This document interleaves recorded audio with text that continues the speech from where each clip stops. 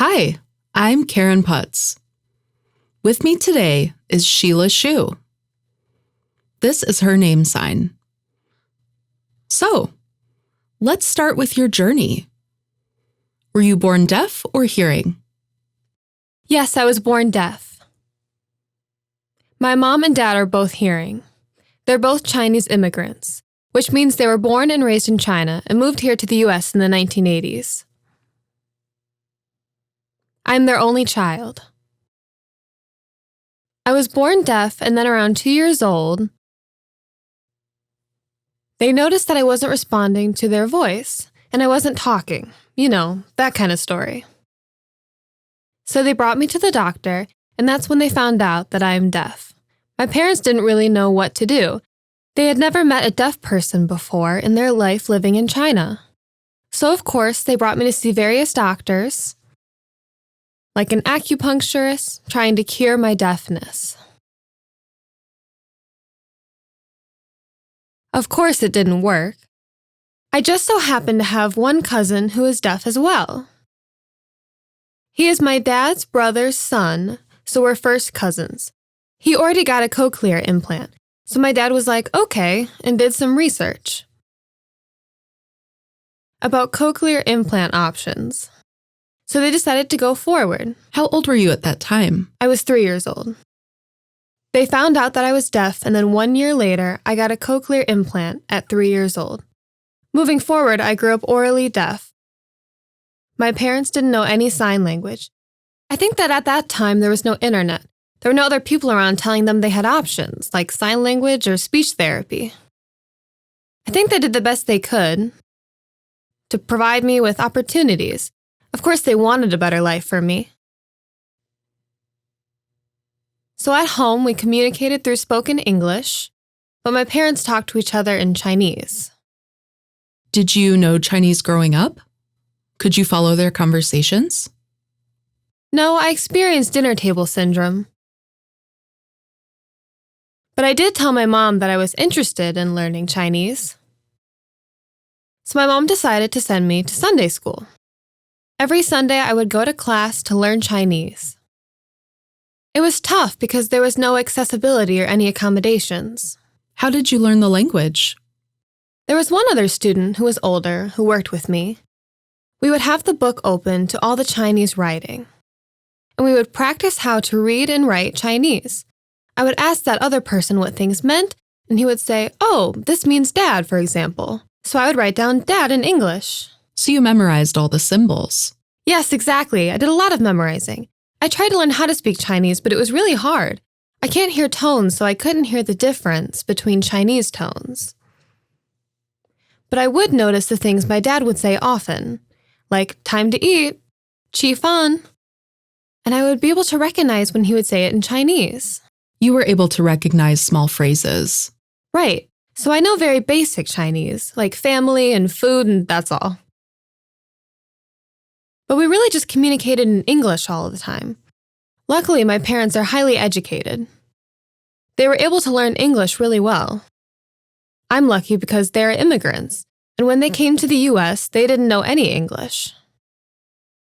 They didn't know any English, but they learned it by going to school. Yes. Your father has a PhD, right? Yes, my parents moved to the U.S. so they could go to graduate school. My dad moved to Austin, Texas, and he went to UT Austin for his PhD in nuclear physics. He didn't know English at that time, but he was lucky to pick it up pretty easily. That's amazing. My mom, of course, studied English literature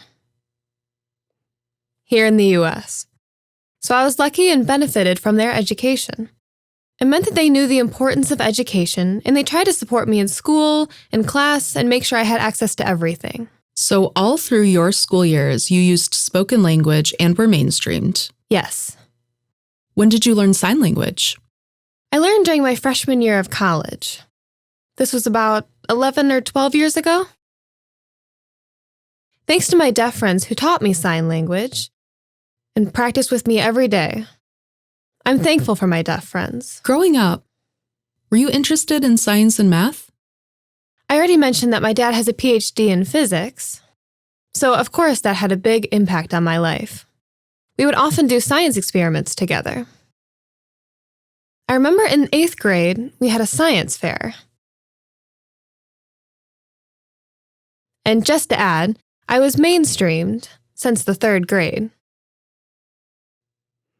Before the 3rd grade, I was in an oral deaf program in elementary school, but after 2nd grade, I was mainstreamed.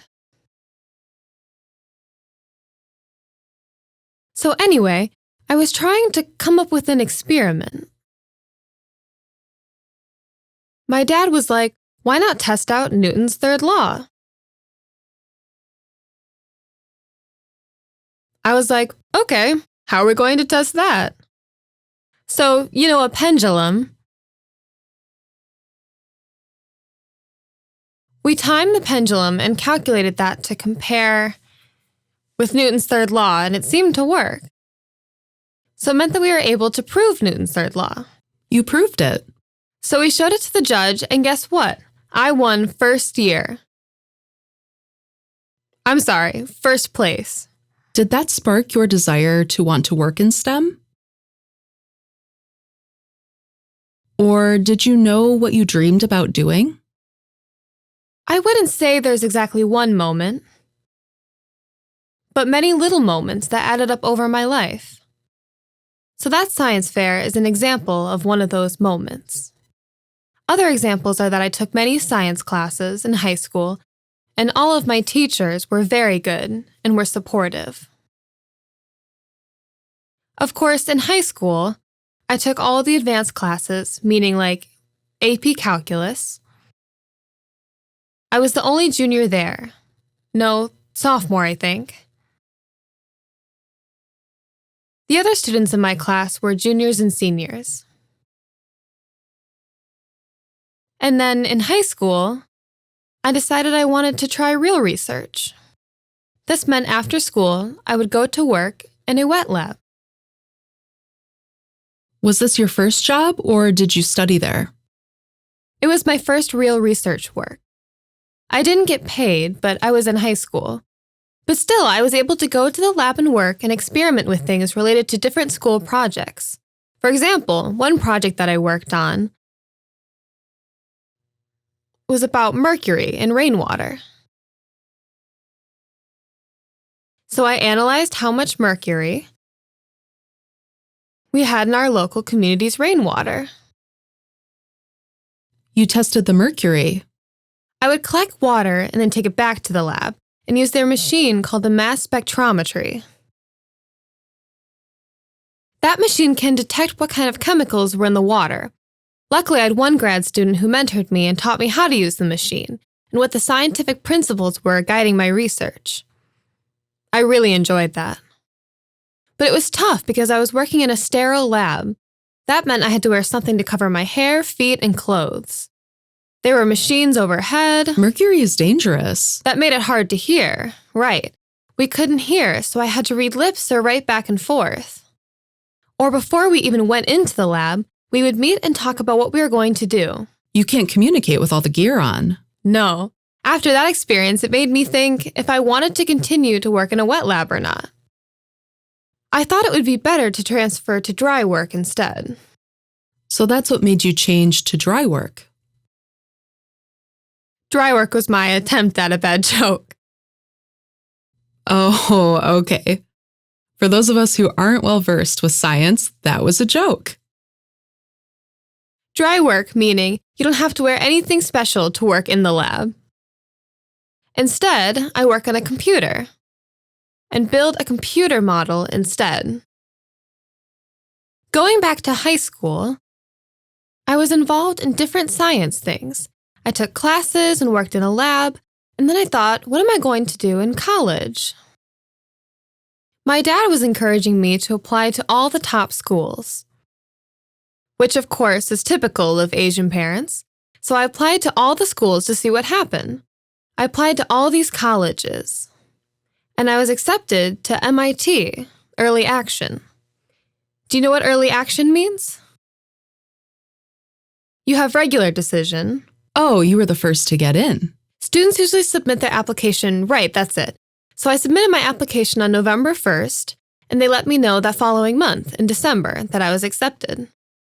I was so relieved because I didn't have to worry about that for the rest of my senior year. You already knew you were accepted to MIT. What was your major? Going into MIT, I wanted the best of both worlds. Science and human education, meaning I would have 2 majors. My science major was Earth Atmospheric and Planetary. EAPS for short. It was an Earth Science major. My other major was Science, Technology, and Society, STS for short. These 2 things became one major, and that's what I got my degree in. I'm curious what your access looked like. Had you learned sign language at that point? Or did you use captioning services? What did that look like? During my undergraduate years at MIT, it was the first time I had ever used CART.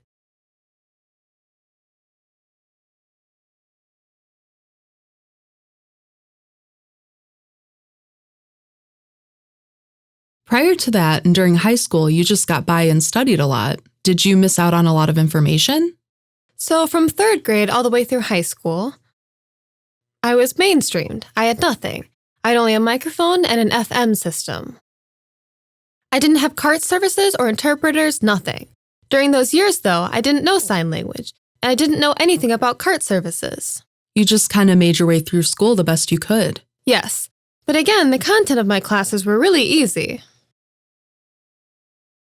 I would just have the book, try to figure out what they were talking about in class, and then read everything about that topic in the book and study that. And I would pass the test. Of course, I studied my ass off. A lot of time and energy was invested in my studying. You were constantly catching up on what you missed. You didn't know what you were missing, so you just studied everything? Yes, I studied so much, but all that effort paid off. I was one of the top 10 students in my high school, out of maybe 500 students in my high school. But still, I spent a lot of time studying for class and for tests so I could be ready for college applications. I don't want to go back to my high school years again. I think it's important because many students who are mainstreamed without any support, they develop what I call duck syndrome. What I mean by that is that ducks on the surface look nice and calm moving across the water. But what's happening under the water is they're paddling like crazy. It looks so effortless above water. So many deaf and hard of hearing students in the mainstream world, when you look at them, you think, oh, they're fine. But really, they're working like crazy under the water. When they go home, they're studying for hours. There's a lot of energy involved. But everyone else looks at them like they're fine. They got through school without issue, but that's not true.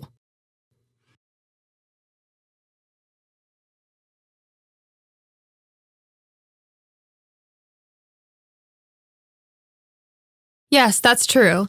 High school was like that, but thankfully when I got to college, I met 2 other deaf students at MIT. One of the students, a man, used both sign language and spoken language. The other student was oral like I was. They explained what kind of access they had at MIT, and they said I could request CART services. I was like, oh really? I wanted to try it out. So MIT hired a CART person who sat next to me, and I was able to see everything the professor was saying, even while writing on the board. It was amazing. What happened? How did you feel? It was amazing. It was so much easier. I didn't need to try and figure out what was being said and read the book because college isn't structured like that. Sometimes they don't follow the book. Sometimes they go off on tangents. And they were big classes in large auditoriums, as it is typical in your freshman year. So I used CART services. And then this person, who is very important in my life, the student who used both sign language and spoken language, he brought me to a local Boston deaf community event, where I met other deaf people. When I arrived at the event at the restaurant, I was totally overwhelmed. There were tons of people signing, and I was just looking around. It was all over your head. I had no idea. Luckily, they encouraged me to learn sign language, and I was like, fine. So I went to Harvard and I took their ASL classes. So I started with ASL 101, but the problem was the hearing students were just learning the alphabet. And I was like, okay, I already know the alphabet. So after I finished with the first level of ASL, I decided to stop taking classes and just start hanging out around other deaf people. And I picked up ASL much better that way. I was able to practice both expressively and receptively. After 2 or 3 years, I was already fluent. Wow. Tell me, what do you do now? Now I'm a graduate student at 2 schools. It's a collaborative degree program between Harvard University and University of Pennsylvania. At Harvard, I'm studying MPP, which means Masters of Public Policy. At the University of Pennsylvania, they have a school called Wharton, and I'm there to get my MBA. The 2 schools together become a collaborative program. That is an MPP MBA program. And that's 3 years. What made you interested in that program? I have been working in the science field for many years, doing research and everything, but I felt like I wanted something different. After I graduated from college, I switched more to business research in the US and in Europe. So I met with different deaf business owners and learned their life stories about their struggles with setting up their businesses and about their successes. And then I compared the differences between the US and Europe. That was my undergraduate thesis research. I published that research and won the Fulbright Scholarship to go to Italy to live and work there. I taught ASL there. Well, first, my grant, I actually won 2. I won the Fulbright Scholarship and another grant. It was supposed to be just 2 years, but it extended to 5 years because I married a deaf Italian man while I was there, so that extended my stay. I lived and worked in Italy for about 5 years. I taught ASL at a university in Venice. And at the same time, I was doing research on deaf business owners who lived and worked in Italy. After 5 years, I felt like I wanted something new. And that's why I applied to many graduate school programs. I felt like I wanted to do something that had more of an impact. Something that would change society for the better. What do you do for fun? For fun? I enjoyed traveling, going outside, hiking, swimming, scuba diving. Just last year, I got my pilot's license.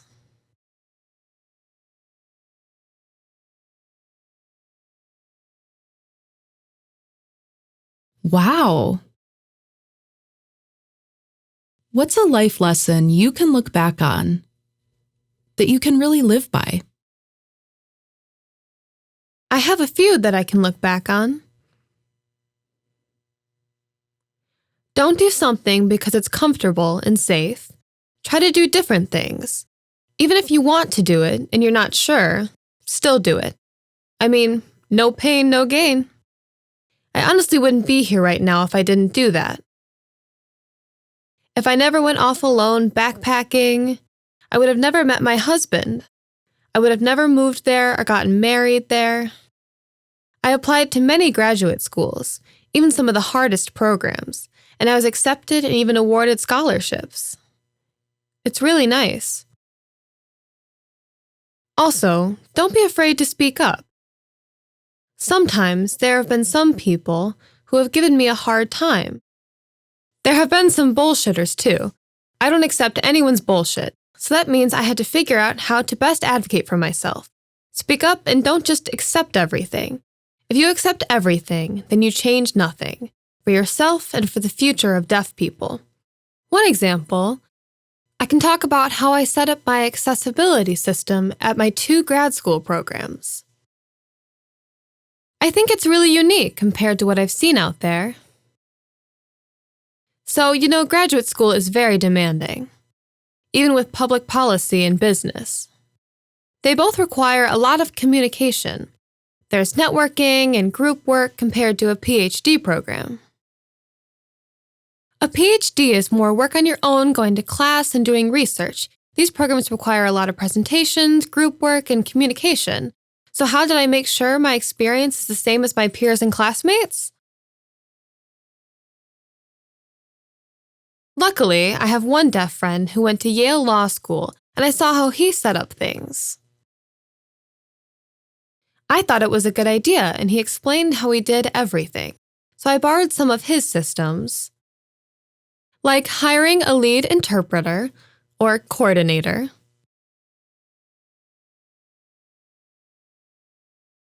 so all the work of scheduling, contacting professors, explaining my accommodations, how to work with deaf students, and everything else went through that one interpreter, who talked with the administration.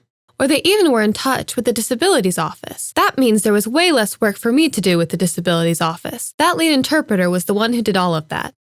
That was so nice because I didn't have to reach out to interpreters myself. The lead interpreter took care of all of that, so that really saved my time and energy. I had a team of interpreters on call from 8 a.m. to 8 p.m. every day, Monday through Friday. So there was a team from around 8 a.m. to 3:30 p.m., and then 3:30 to 8 p.m. Sometimes at night, I would have dinner with classmates or socializing or group work so the interpreters would be available if I needed them.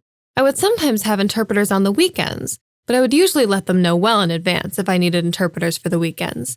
It was usually Monday to Friday, 8 a.m. to 8 p.m. Each class, I had 2 interpreters and cart services as well.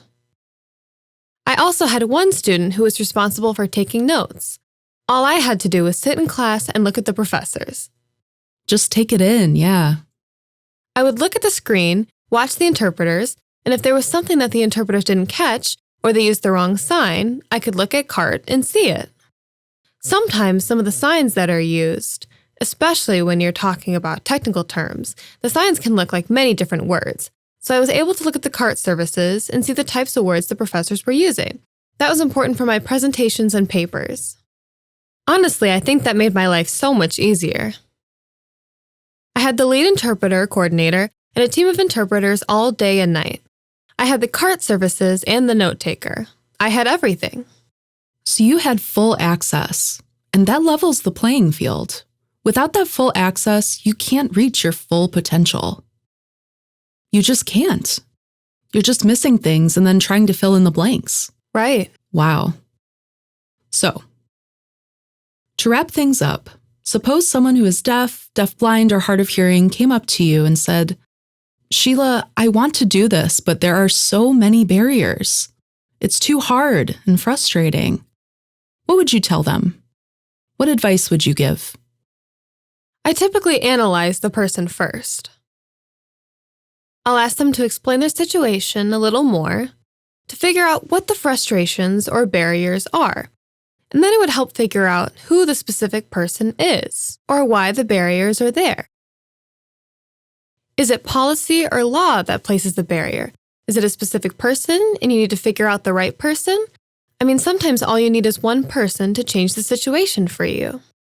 So I would suggest coming up with a map. You would map out your supporters, your enemies, and the stakeholders. Those people who are involved in your situation. And then you can draw a line to see how each group influences the others. You can see who has the power over other people. Is it direct power or indirect influence? I learned that at Harvard. I took a negotiations class, and my professor taught us how to analyze the situation, how to push for change, and how to find the right person. I would suggest working with that person, or just finding out how much they want help. But figuring out who you need to talk to, first, second, and third, and figuring out that sequence. And then trying and seeing what's up. Or sometimes you have to get other students or other people together to write a letter to the administration to let them know that you're not the only one who needs something. Figuring out what you need to make it happen and get around those barriers to overcome your excuses.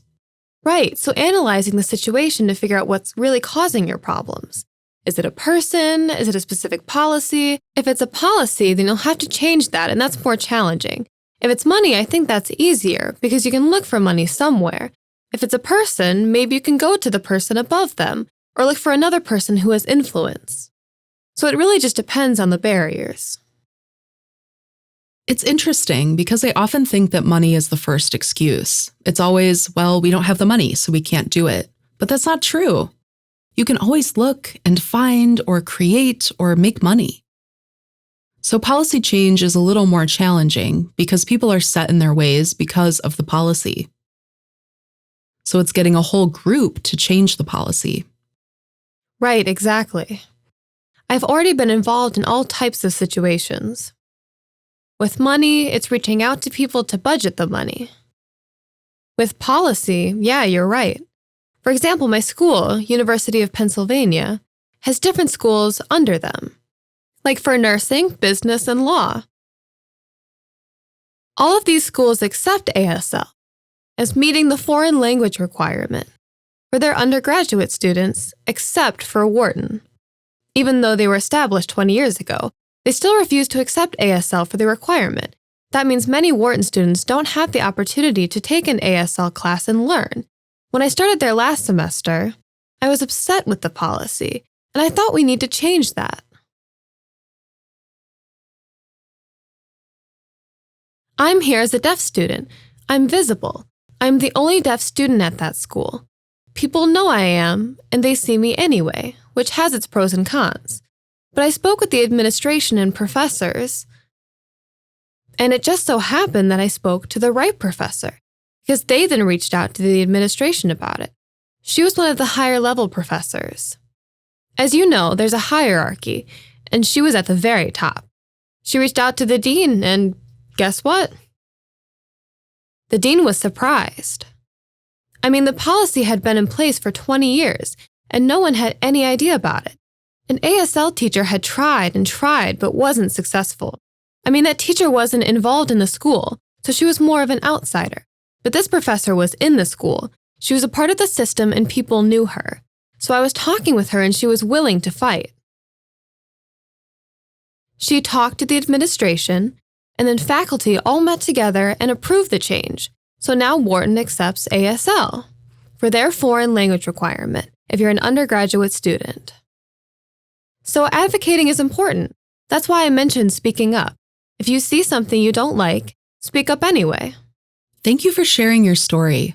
I learned a lot, and I really applaud you. I don't know many deaf, hard of hearing, or deafblind people who have taken on 2 majors like you have. I agree, yes. It was really hard to find, but I'm hoping in the future there are more people who recognize the value of someone with a multidisciplinary background.